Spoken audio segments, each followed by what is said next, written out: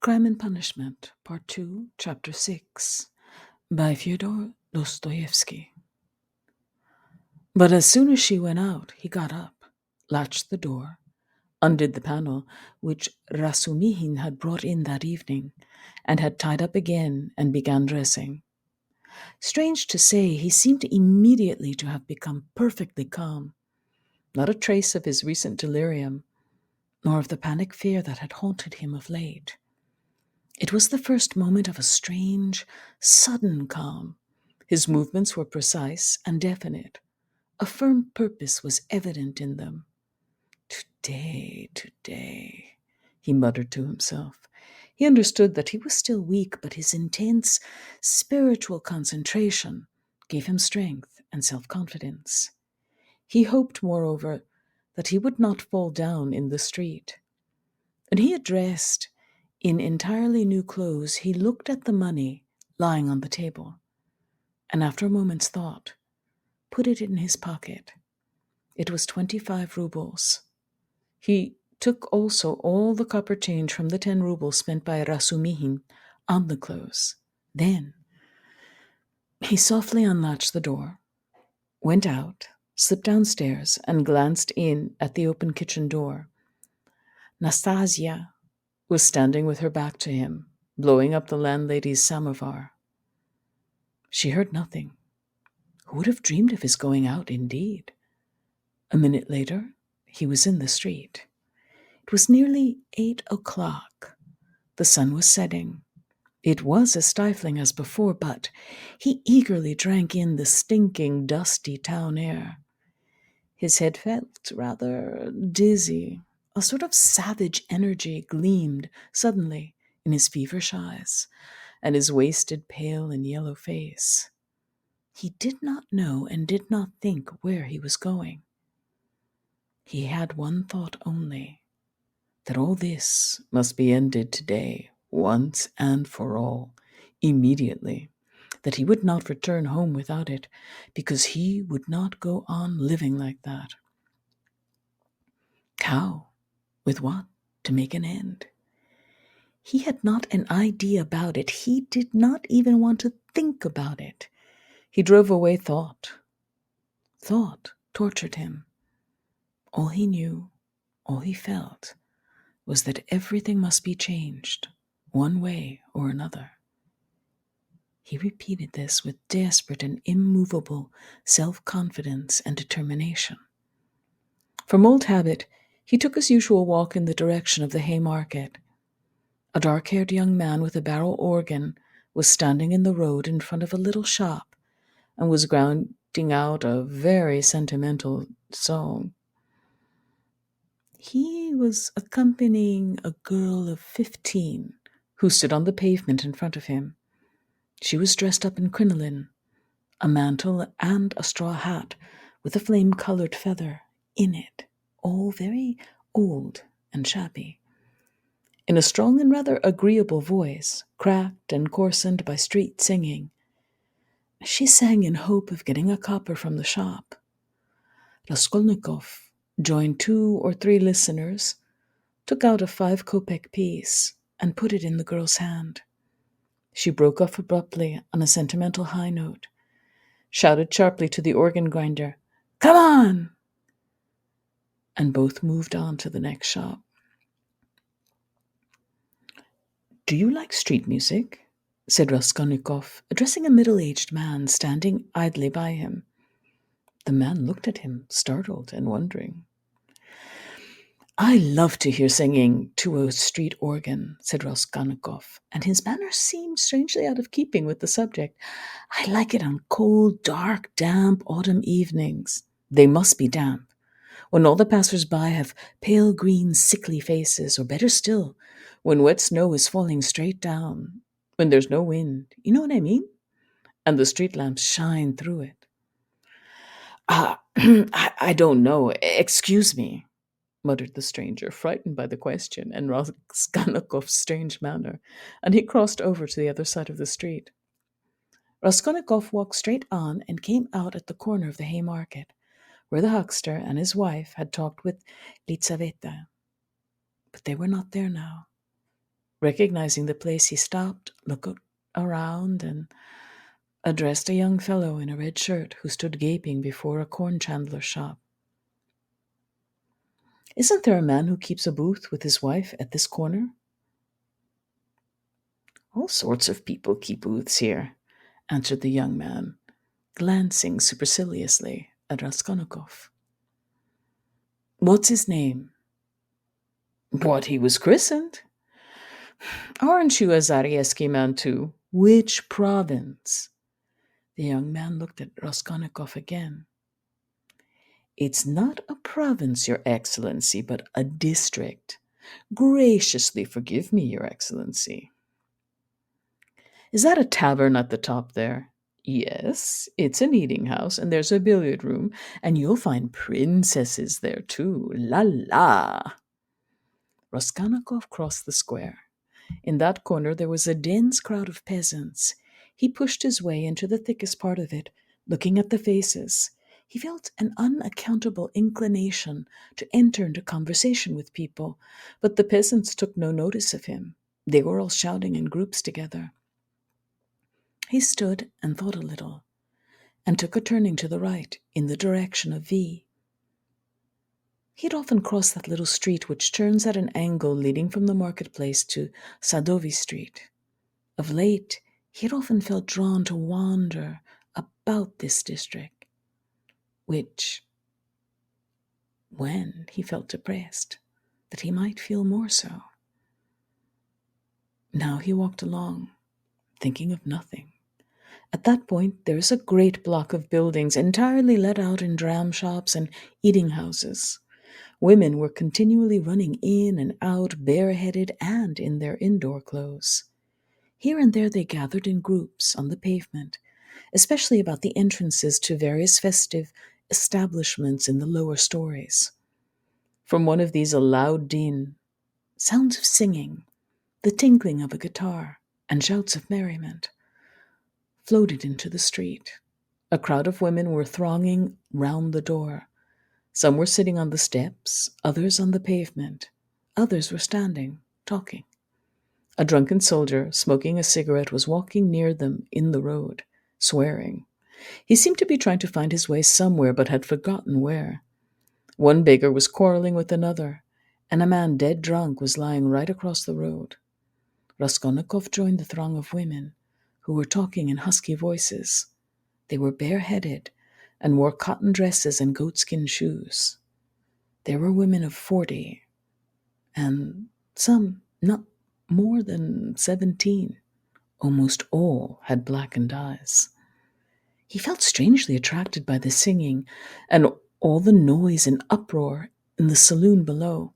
Someone could be heard within, dancing frantically, marking time with his heels to the sounds of the guitar and of a thin falsetto voice singing in a jaunty air. He listened intently, gloomily and dreamily, bending down at the entrance and peeping inquisitively in from the pavement. "Oh, my handsome soldier, don't beat me for nothing," trilled the thin voice of the singer. Raskolnikov felt a great desire to make out what he was singing, as though everything depended on that. "Shall I go in?" he thought. "They are laughing from drink. Shall I get drunk?" "Won't you come in?" one of the women asked him. Her voice was still musical and less thick than the others. She was young and not repulsive, the only one of the group. "Why, she's pretty," he said, drawing himself up and looking at her. She smiled, much pleased at the compliment. "You're very nice looking yourself," she said. "Isn't he thin, though?" observed another woman in a deep bass. "Have you come out of a hospital?" "They're all generals' daughters, it seems, but they all have snub noses," interposed a tipsy peasant with a sly smile on his face, wearing a loose coat. "See how jolly they are." "Go along with you." "I'll go, sweetie." And he darted down into the saloon below. Raskolnikov moved on. I say, sir, the girl shouted after him. What is it? I'll always be pleased to spend an hour with you, kind gentleman, but now I feel shy. Give me 6 kopecks for a drink. There's a nice young man. Raskolnikov gave her what came first, 15 kopecks.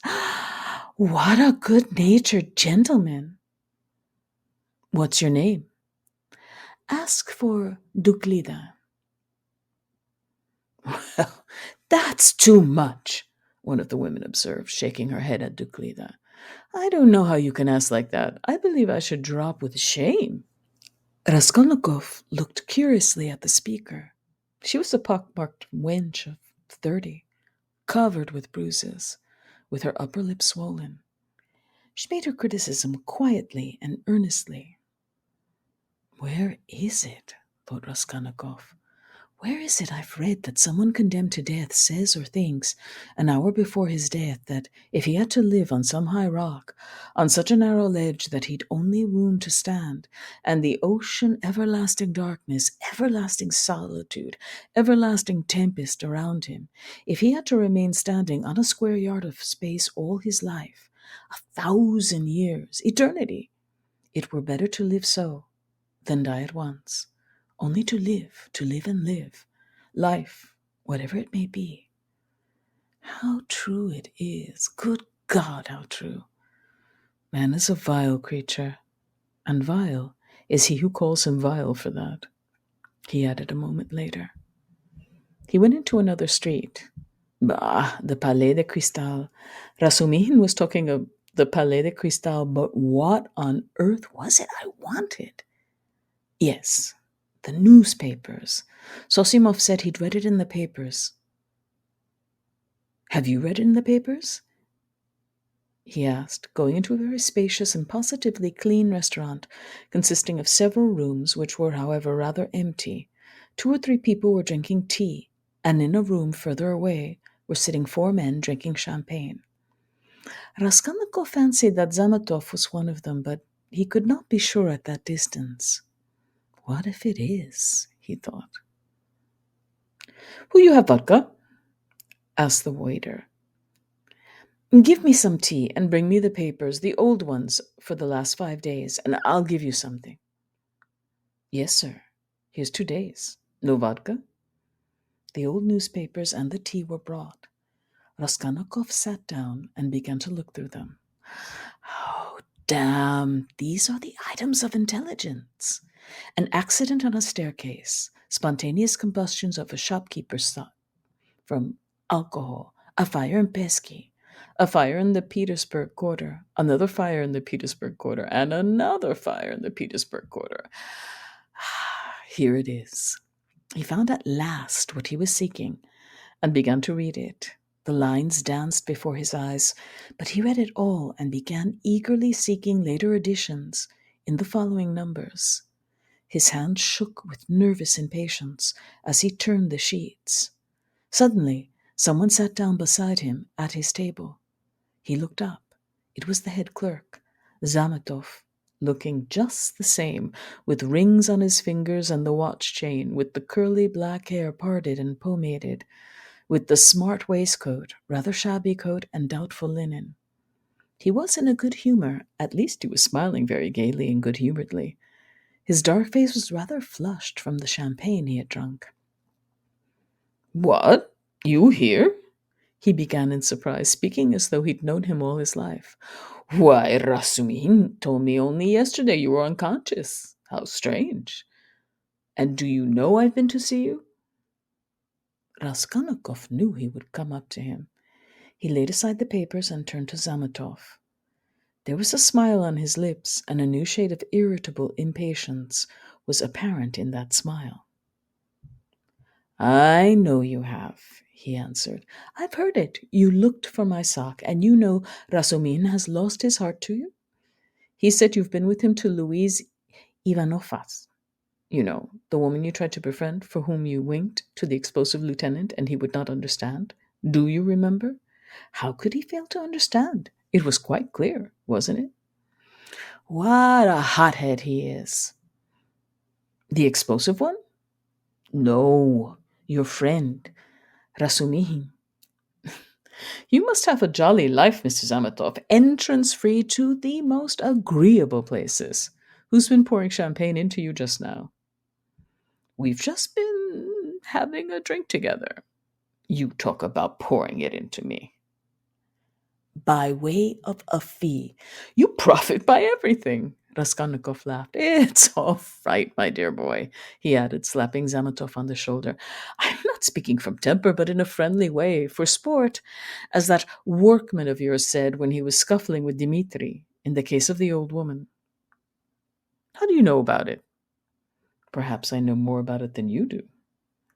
How strange you are. I am sure you are still very unwell. You oughtn't to have come out. Oh, do I seem strange to you? Yes. What are you doing? Reading the papers? Yes.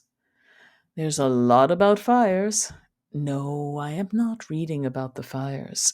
Here he looked mysteriously at Zamatov. His lips were twisted again in a mocking smile. No, I am not reading about the fires, he went on, winking at Zamatov. But confess now, my dear fellow, you're awfully anxious to know what I am reading about. I am not in the least. Mayn't I ask a question? Why do you keep on? Listen, you're a man of culture and education. I was in the sixth class at the gymnasium, said Zamatov, with some dignity. Sixth class. Ah, my cock sparrow, with your parting and your rings, you are a gentleman of fortune. Phew, what a charming boy. Here Raskolnikov broke into a nervous laugh right in Zamatov's face. The latter drew back, more amazed than offended. Phew! How strange you are! Zamatov repeated very seriously. I can't help thinking you are still delirious. I am delirious. You are fibbing, my cock sparrow. So I am strange. You find me curious, do you? Yes, curious. Shall I tell you what I was reading about? What I was looking for? See what a lot of papers I've made them bring me. Suspicious, eh? Well, what is it? You prick up your ears? What do you mean, prick up my ears? I'll explain that afterwards, but now, my boy, I declare to you, no, better, I confess. No, that's not right either. I make a deposition and you take it. I depose that I was reading, that I was looking and searching. He screwed up his eyes and paused. I was searching and came here on purpose to do it, for news of the murder of the old pawnbroker woman. He articulated at last, almost in a whisper, bringing his face exceedingly close to the face of Zamatov. Zamatov looked at him steadily without moving or drawing his face away. What struck Zamatov afterwards as the strangest part of it all was that silence followed for exactly a minute, and that they gazed at one another all the while. What if you have been reading about it? He cried at last, perplexed and impatient. That's no business of mine. What of it? The same old woman, Raskolnikov went on in the same whisper, not heeding Zamatov's explanation, about whom you were talking in the police office. You remember? When I fainted. Well, do you understand now? What do you mean? Understand what? Zamatov brought out, almost alarmed. Raskolnikov's set and earnest face was suddenly transformed, and he suddenly went off into the same nervous laugh as before, as though utterly unable to restrain himself. And in one flash he recalled with extraordinary vividness of sensation a moment in the recent past, that moment when he stood with the axe behind the door, while the latch trembled and the men outside swore and shook it.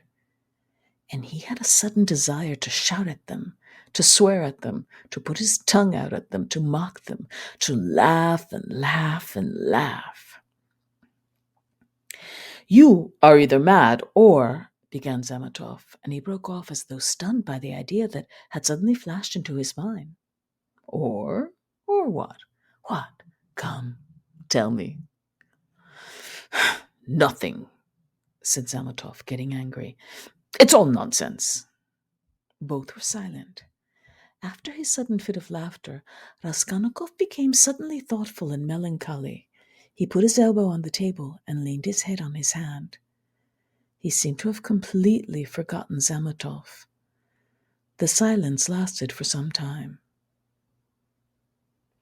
"Why don't you drink your tea? It's getting cold," said Zamatov. "What? Tea? Oh, yes." Raskolnikov sipped his glass, put a morsel of bread in his mouth, and suddenly, looking at Zamatov, seemed to remember everything and pulled himself together. At the same moment, his face resumed its original mocking expression. He went on drinking tea. "There have been a great many of these crimes lately," said Zamatov. "Only the other day I read in the Moscow news that a whole gang of false coiners had been caught in Moscow. It was a regular society. They used forged tickets." "Oh, but that was a long time ago." "I read about it a month ago," Raskolnikov answered calmly. "So, you consider them criminals?" he added, smiling. "Of course they are criminals." They? They are children. Simpletons, not criminals. Why, 100 people meeting for such an object, what an idea! 3 would be too many, and then they want to have more faith in one another than in themselves. One has only to blab in his cups, and it all collapses. Simpletons. They engaged untrustworthy people to change the notes.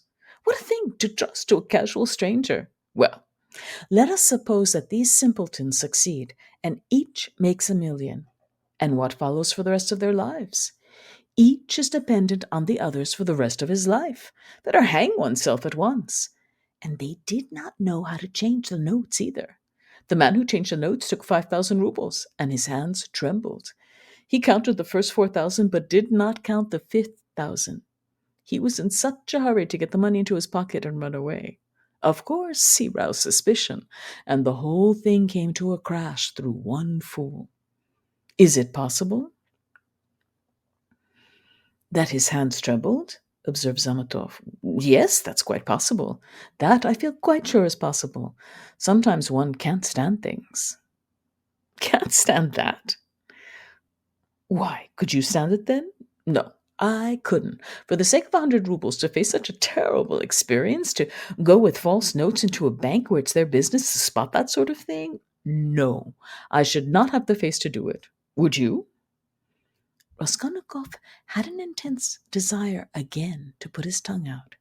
Shivers kept running down his spine. "I should do it quite differently," Raskolnikov began. "This is how I would change the notes.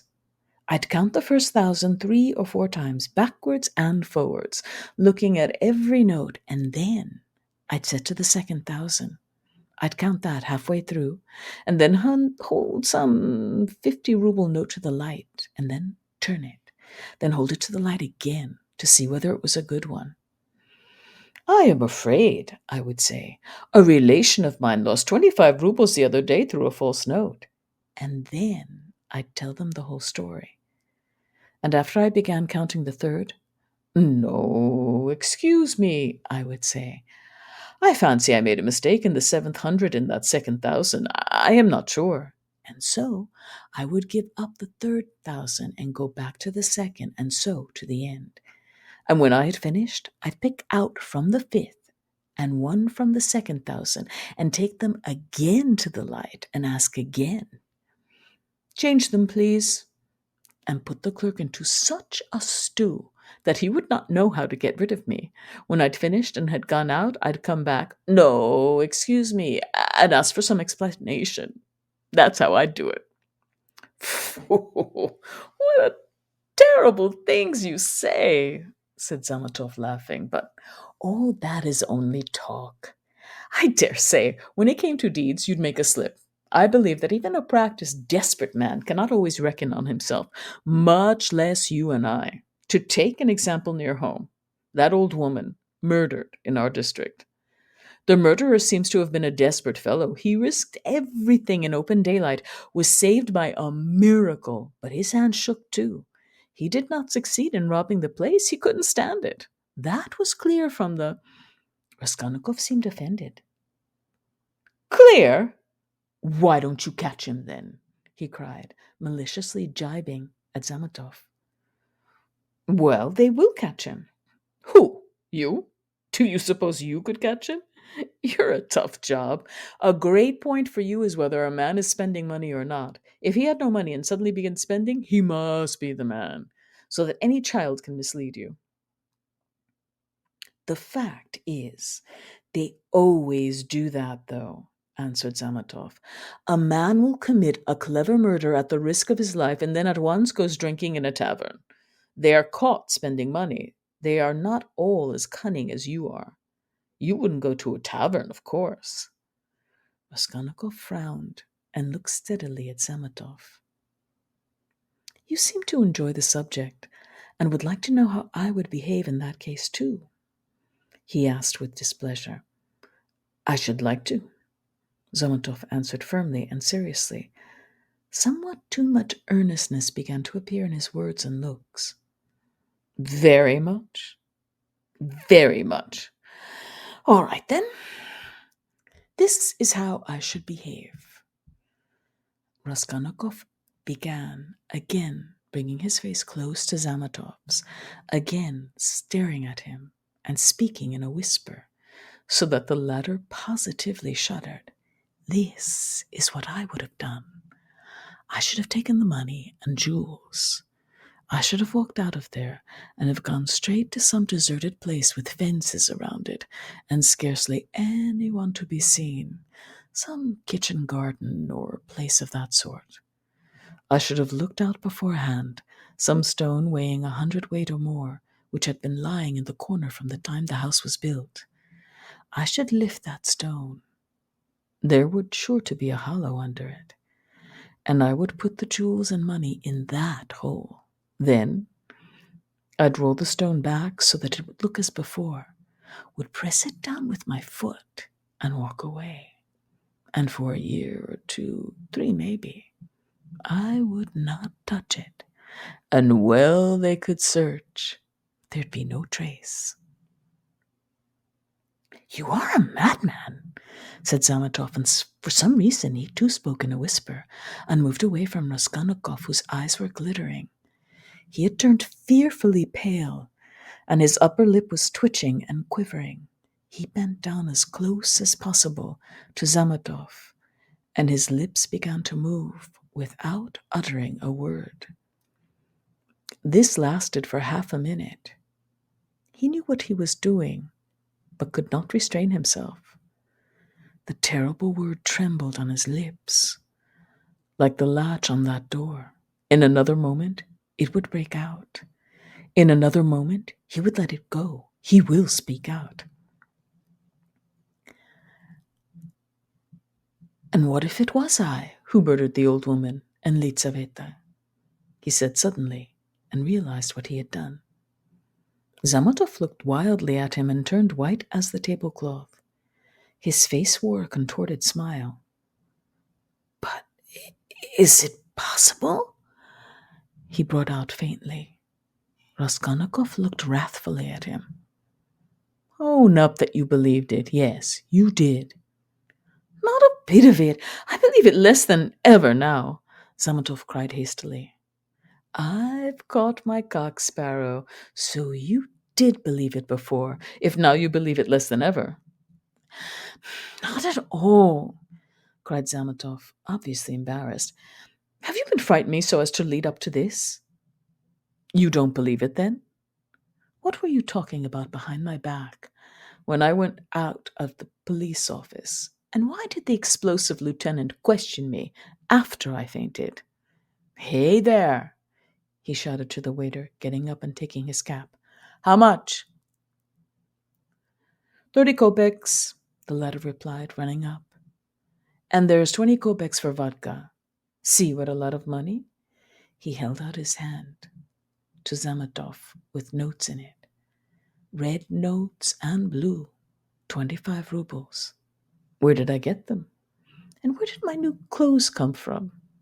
You know I had not a kopeck. You cross-examined my landlady, I'll be bound. Well, that's enough. Assez causé. Till we meet again.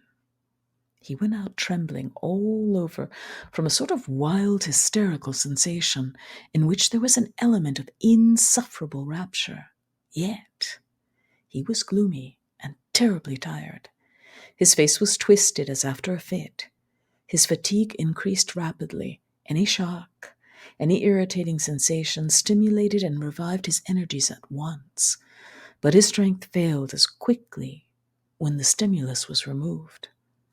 Zamatov, left alone, sat for a long time in the same place, plunged in thought. Raskolnikov had unwittingly worked a revolution in his brain on a certain point, and had made up his mind for him conclusively.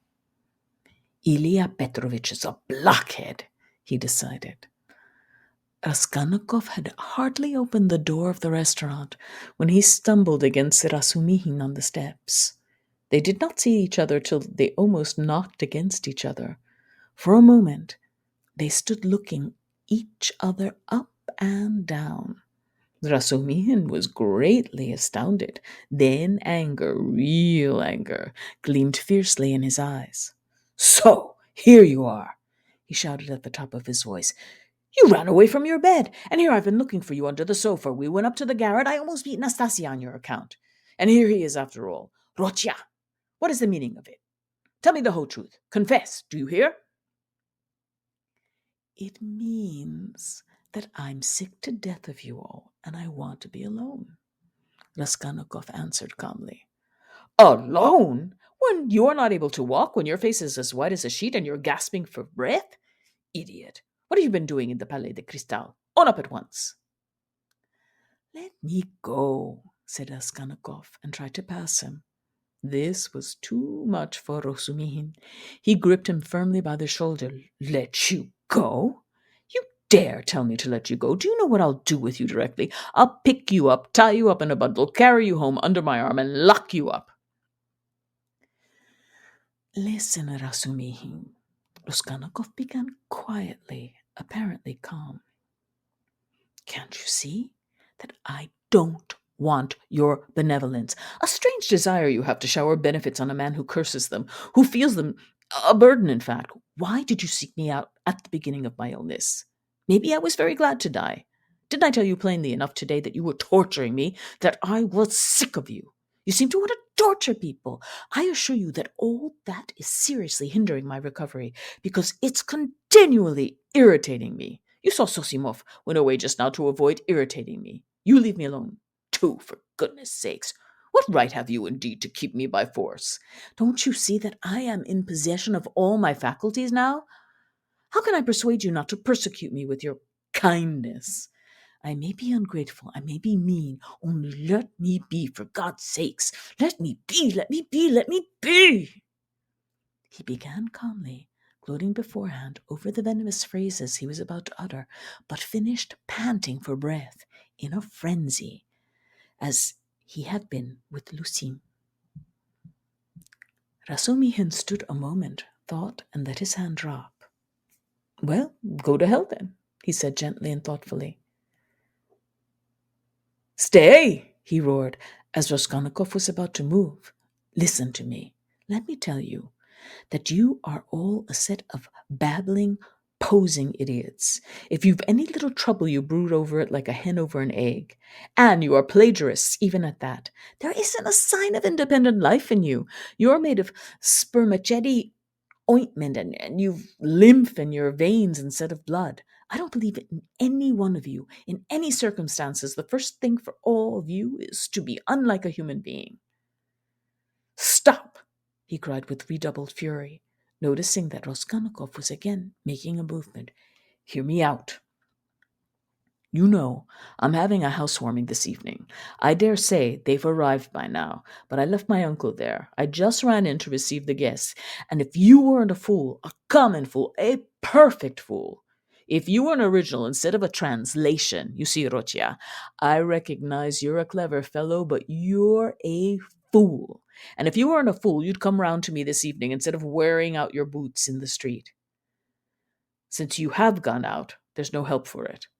I'd give you a snug easy chair, my landlady has one, a cup of tea, company, or you could lie on the sofa any way you would with us. Sosimov will be there too. Will you come? No. Rubbish! Razumikhin shouted out of patience. How do you know? You can't answer for yourself. You don't know anything about it. Thousands of times I've fought tooth and nail with people and run back to them afterwards. One feels ashamed and goes back to a man. So remember, Pochinkov's house on the third story. Why, Mr. Razumikhin, I do believe you'd let anybody beat you from sheer benevolence. Beat? Whom? Me? I'd twist his nose off at the mere ideal. Pochinkov's house, 47, Babushkin's flat. I shall not come, Razumikhin. Raskolnikov turned and walked away. I bet you will, Razumikhin shouted after him. I refuse to know you if you don't. Stay! Hey! Is Samatov in there? Yes. Did you see him? Yes. Talk to him? Yes. What about? Confound you, don't tell me then. Pochinkov's house, 47, Babushkin's flat. Remember! Raskolnikov walked on and turned the corner into Sadovy Street. Razumikhin looked after him thoughtfully. Then, with a wave of his hand, he went into the house, but stopped short of the stairs. Confound it, he went on, almost aloud. He talks sensibly, but yet... I am a fool, as if madmen didn't talk sensibly, and this was just what Sasum seemed afraid of. He struck his finger on his forehead. What if... How could I let him go off alone? He may drown himself. Ah, what a blunder. I can't. And he ran back to overtake Raskolnikov. But there was no trace of him. With a curse, he returned with rapid steps to the Palais de Cristal to question Zamatov. Raskolnikov walked straight to X Bridge, stood in the middle, leaning both elbows on the rail, stared into the distance. On parting with Razumikhin, he felt so much weaker that he could scarcely reach this place. He longed to sit or lie down somewhere in the street. Bending over the water, he gazed mechanically at the last pink flush of the sunset, at the row of houses growing dark in the gathering twilight, at one distant attic window on the left bank, flashing as though on fire in the last rays of the setting sun, at the darkening water of the canal. And the water seemed to catch his attention. At last, red circles flashed before his eyes. The houses seemed moving. The passers-by, the canal banks, the carriages, all danced before his eyes. Suddenly he started, saved again perhaps from swooning by an uncanny and hideous sight. He became aware of someone standing on the right side of him. He looked and saw a tall woman with a kerchief on her head, with a long, yellow, wasted face and red, sunken eyes. She was looking straight at him, but obviously she saw nothing and recognized no one.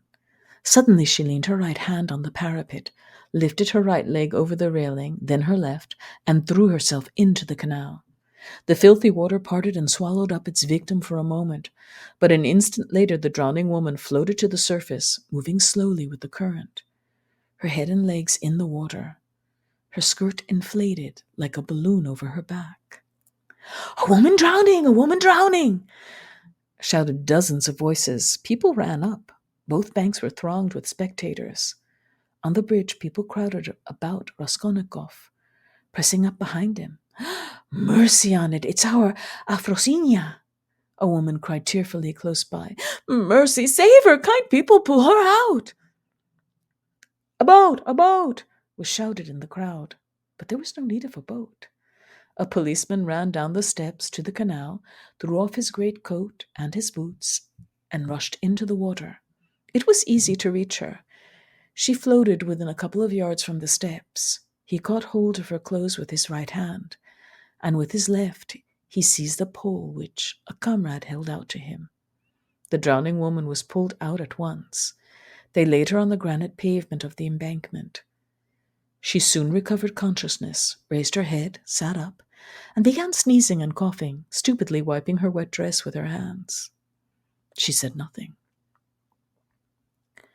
"She's drunk herself out of her senses," the same woman's voice wailed at her side.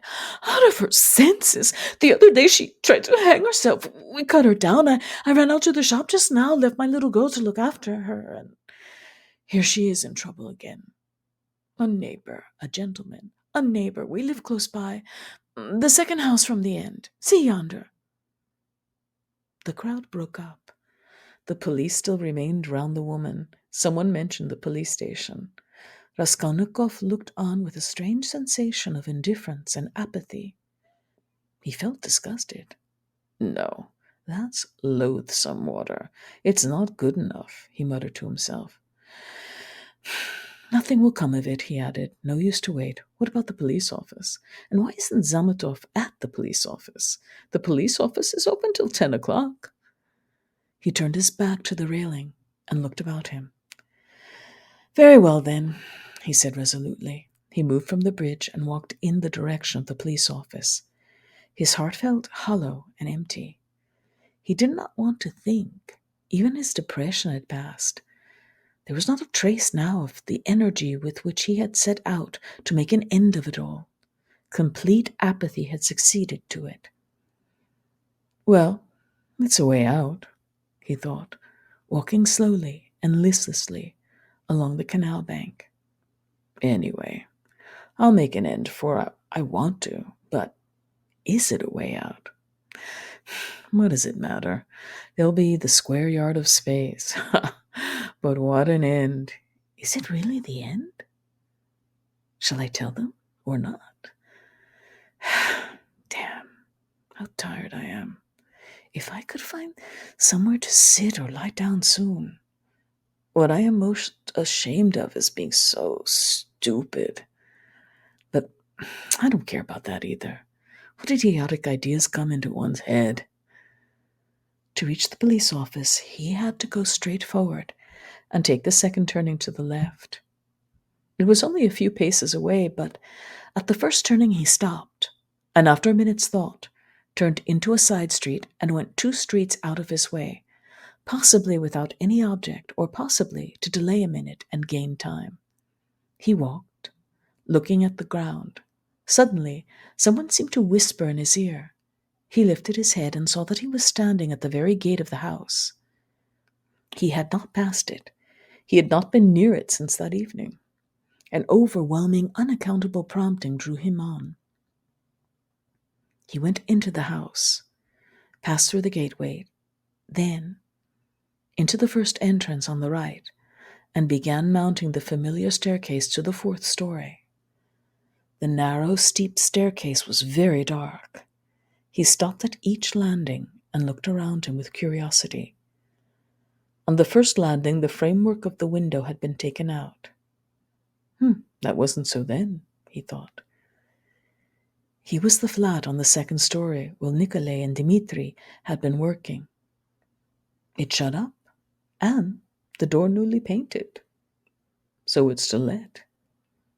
Then the 3rd story and the 4th. Here. He was perplexed to find the door of the flat wide open. There were men there. He could hear voices. He had not expected that.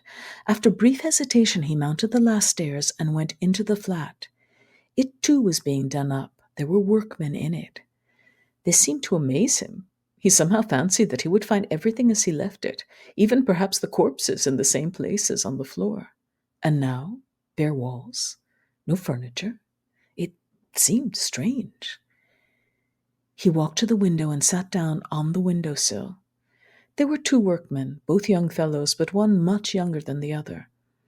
They were papering the walls with a new white paper covered with lilac flowers, instead of the old dirty yellow one. Raskolnikov, for some reason, felt horribly annoyed by this. He looked at the new paper with dislike, as though he felt sorry to have it all changed so. The workmen had obviously stayed beyond their time, and now they were hurriedly rolling up their paper and getting ready to go home. They took no notice of Raskolnikov's coming in. They were talking. Raskolnikov folded his arms and listened. She comes to me in the morning, said the elder to the younger, very early, all dressed up. Why are you preening and prinking? Says I. I'm ready to do anything to please you, Tit Vasilich. That's a way of going on, and she dressed up like a regular fashion book. What is a fashion book? The younger one asked. He obviously regarded the other as an authority. A fashion book is a lot of pictures, colored, and they come to the tailors every Saturday by post from abroad to show folks how to dress, the male sex as well as the female. They're pictures. The gentlemen are generally wearing fur coats and the ladies fluffles. They're beyond anything you can fancy. There's nothing you can't find in Petersburg, the younger cried enthusiastically, except father and mother. There's everything. Except then, there's everything to be found, my boy, the elder declared sententiously. Raskolnikov got up and walked into the other room, where the strong box, the bed, and the chest of drawers had been. The room seemed very tiny without furniture in it. The paper was the same. The paper in the corner showed where the case of icons had stood. He looked at it and went to the window. The elder workman looked at him askance. What do you want? He asked suddenly. Instead of answering, Raskolnikov went into the passage and pulled the bell. The same bell, the same cracked note. He rang it a second and third time. He listened and remembered. The hideous and agonizingly fearful sensation he had felt then began to come back more and more vividly. He shuddered at every ring, and it gave him more and more satisfaction. What do you want? Well, who are you? The workman shouted, going out to him. Raskolnikov went inside again. I want to take a flat, he said. I'm looking around. It's not the time to look at rooms at night, and you ought to come up with the porter. The floors have been washed. Will they be painted? Raskolnikov went on. Is there no blood? What blood? Why, the old woman and her sister were murdered here. There was a perfect pool there. But who are you? The workman cried, uneasy. Who am I? Yes.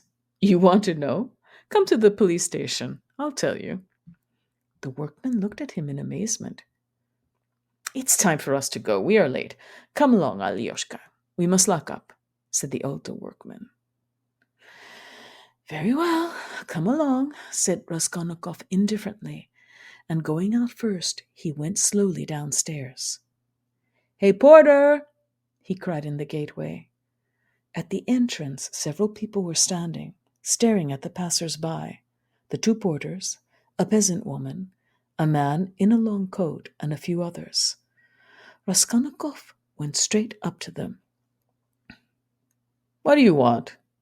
Asked one of the porters. Have you been to the police office? I've just been there. What do you want? Is it open? Of course. Is the assistant there? He was there for a time. What do you want? Raskolnikov made no reply, but stood there beside him, lost in thought.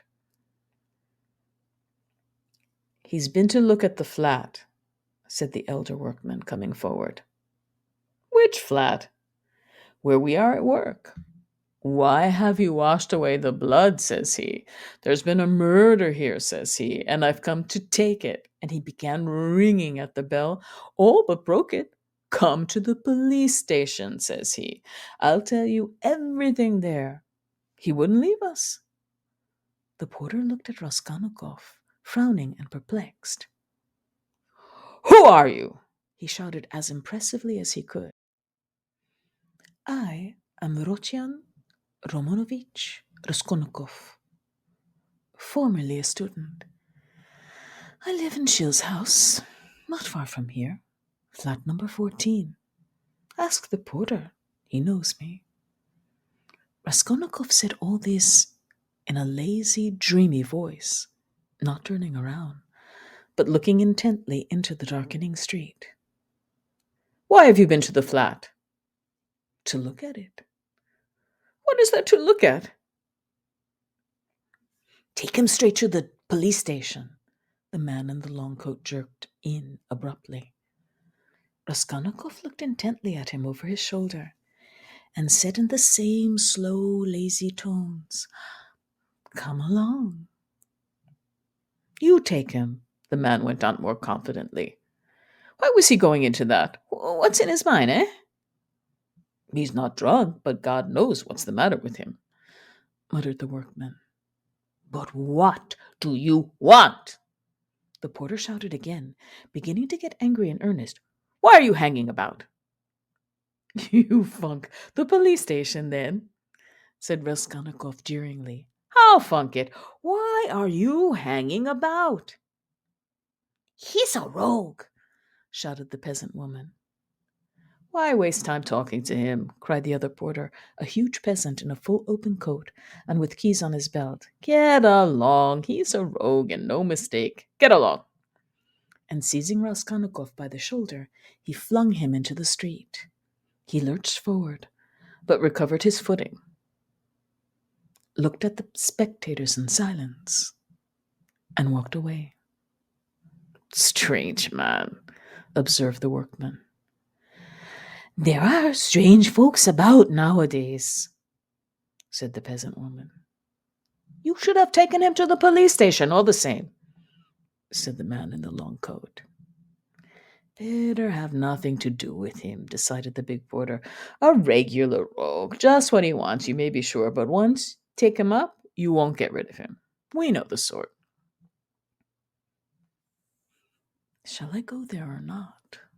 thought Raskolnikov, standing in the middle of the thoroughfare at the crossroads, and he looked about him, as though expecting from someone a decisive word. But no sound came.